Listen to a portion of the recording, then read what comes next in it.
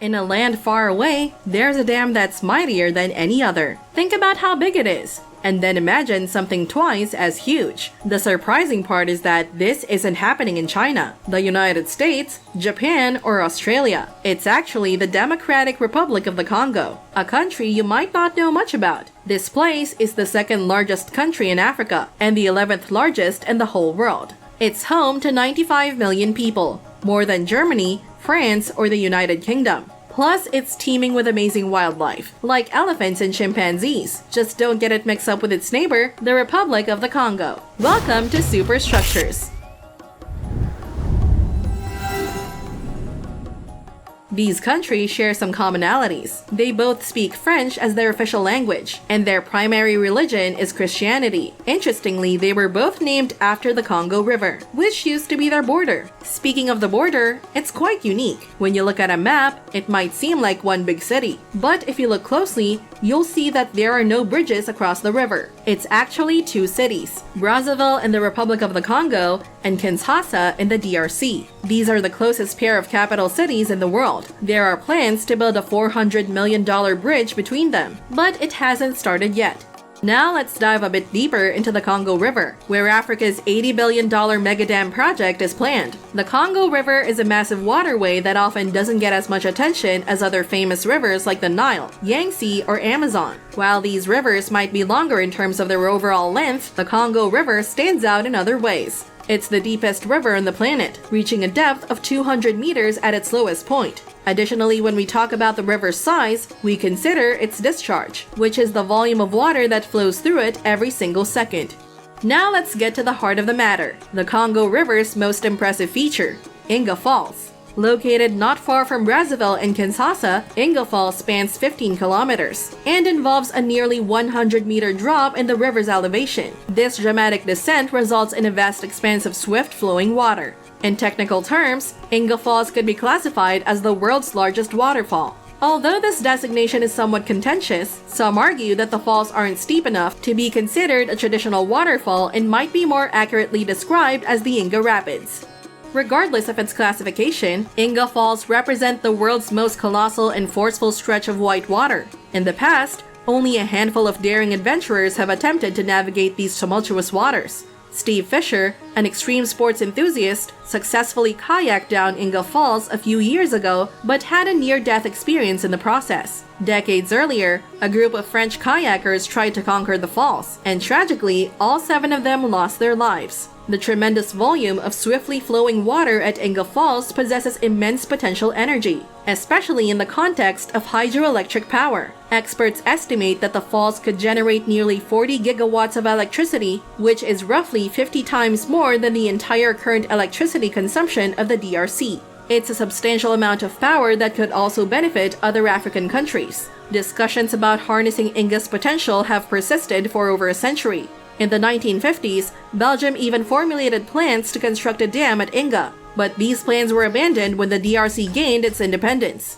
The idea of building a dam at Inga Falls persisted, and a few years later, the new government of the DRC initiated the construction of Inga 1, a dam with 6 turbines. Shortly after, they began the construction of Inga 2, another dam with 8 turbines. Combined, these 2 dams were capable of generating almost 2 gigawatts of electricity, which played a crucial role in powering vital industries, particularly copper mines in the southern part of the country. However, Inga 1 and 2 were merely scratching the surface of Inga's potential. These dams were constructed on a minor branch of the Inga Falls rather than harnessing the full force of the main body of water, and they captured less than 5% of Inga's total potential. That was 5 decades ago. And today, the capacity of the Inga dams has further declined. Over time, Inga 1 and 2 have deteriorated, and the DRC has faced significant challenges in maintaining them due to the exorbitant costs involved. Maintenance issues plague Inga 1 and 2, and they're operating at a meager 30% of their initial electricity generation capacity. While they haven't shown signs of imminent collapse like the dams in Libya, the deterioration is evident. Numerous plans have surfaced in recent years aimed at restoring them, with the involvement of international companies like Siemens from Germany. Additionally, there's a proposition to construct a third dam, Inga 3, with the potential to generate an extra 4.5 gigawatts of power. However, these initiatives pale in comparison to another grand plan the government has for the Congo River, the Grand Inga Dam. The Grand Inga Dam is an ambitious plan to maximize the energy potential of the Inga Falls. Picture this: a massive wall, 200 meters long, erected at the south end of the Bundy Valley, running along the Inga Falls. This wall acts like a plug in a bathtub, with 6 separate power stations equipped with hydroelectric turbines. These turbines can generate a substantial amount of power, ranging from 4 to 8 gigawatts each. Additionally, another wall will be constructed at the top of the Inga Falls to divert the rapid water flow into the Bundy Valley, essentially creating a giant reservoir. When the water reaches the southern wall of the valley, the force of gravity will propel it through the turbines of the 6 power plants, resulting in a staggering total of 40 gigawatts of power. Redirecting rivers into artificial reservoirs for power generation is not a new concept, but the Grand Inga Dam's sheer scale sets it apart. It would produce more than twice the power of the Three Gorges Dam, currently the world's most powerful dam. This level of power has the potential to be a game changer for the African continent, where nearly 50% of the population lacks access to electricity. The Grand Inga Dam comes with an eye-popping price tag of around $80 billion, which dwarfs the Democratic Republic of the Congo's annual GDP. This leads to a pressing question: can the DRC afford to embark on such an ambitious endeavor by itself? The answer is likely no. The country faces significant challenges in maintaining the existing Inga 1 and 2 dams, let alone funding a colossal project like the Grand Inga. However, the feasibility of the dam increases when foreign investment is taken into account. Several countries, including South Africa and Nigeria, have expressed their interest in investing and receiving a share of the Grand Inga's power. There are proposals that each of the dam's 6 power plants should be funded and owned by different foreign investors. Organizations like the World Bank, the European Investment Bank, and the African Development Bank have also offered financial support for the project. Additionally, the DRC has garnered the backing of the African Union, an entity that promotes cooperation among various African nations. This collaborative approach may be the key to turning the Grand Inga Dam from a dream into a reality.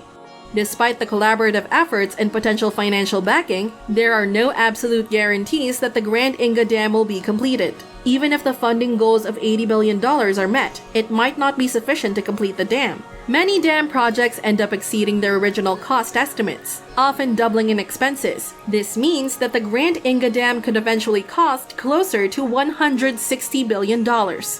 Corruption is another major challenge in the Democratic Republic of the Congo, with government officials involved in bribery and misappropriation of funds. This pervasive corruption makes it even less likely that the initially estimated $80 billion will suffice to complete the project. Additionally, there are concerns about relocating over 30,000 local villagers who currently reside in the Bundy Valley, further complicating the dam's development. The Grand Inga Dam project also poses significant environmental concerns, as it could lead to the devastation of the local ecosystem and endanger important species such as fragile bonobo populations. This raises a complex ethical question. Even if the Democratic Republic of the Congo manages to secure the necessary funds, is it morally justifiable to build a dam? Balancing the displacement of local communities and the environmental impact against the potential to provide green energy to millions of people in Africa presents a challenging dilemma. We invite you to share your thoughts on this matter in the comments section below. Thank you for watching Superstructures, and be sure to subscribe for more content. We'll see you in our next video.